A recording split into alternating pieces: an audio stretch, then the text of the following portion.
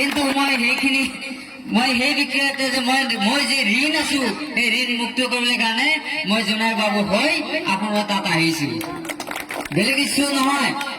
কিন্তু তেখেতৰ নাম আজি স্বাধীন বজাৰৰ নহয়, গোটেই অসমতে আছে। আপোনালোকে ভাল নহয়, আপুনি গুৱাহাটী যাই সুধিব স্বাধীন বজাৰৰ জোনাই বাবু কোন, আপোনালোকে মানুহে কৈ দিব। আপোনালোকে যদি বিশ্বাস নহয় তাতে যাই সুধিব।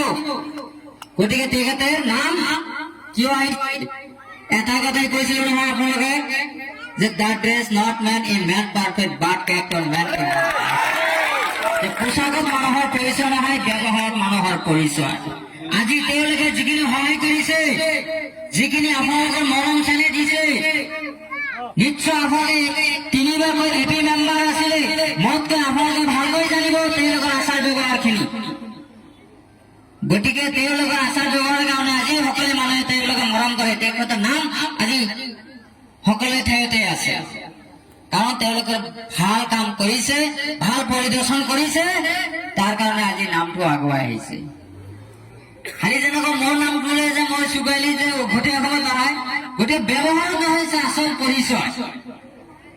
যি নহওক আজি আপোনালোকৰ উন্নয়নৰ ক্ষেত্ৰত কাম কৰাৰ কাৰণে বহুত মানুহ আছে। আপোনালোকে নিশ্চয় জানে যে কংগ্ৰেছৰ যিবিলাক প্ৰাৰ্থী আছিলে তেওঁলোকে চৰকাৰ আছিলে, আমাক দিবলৈ নোৱাৰো। চৰকাৰ থাকোঁতে আমাক কি কৰিছে কি কৰা নাই নিশ্চয় আপোনালোকে জানে। 70 বছৰ ৰাজত্ব কৰাৰ বিষয়তো আমাক কোনো ৰাস্তা দি যাব পৰা নাই।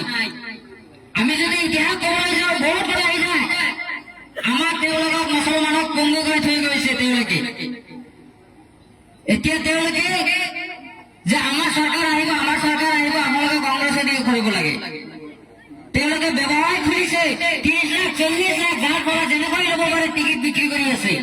তেওঁলোকে যদি টিকট লৈ বিক্ৰী কৰি সেই মানুহটো 10 লাখ টকাতে কোনোবাই লৈছে, এবি মেম্বাৰ 10 লাখ টকাতে লৈছে, জিলা বৰাইতে 30 লাখ টকা লৈছে।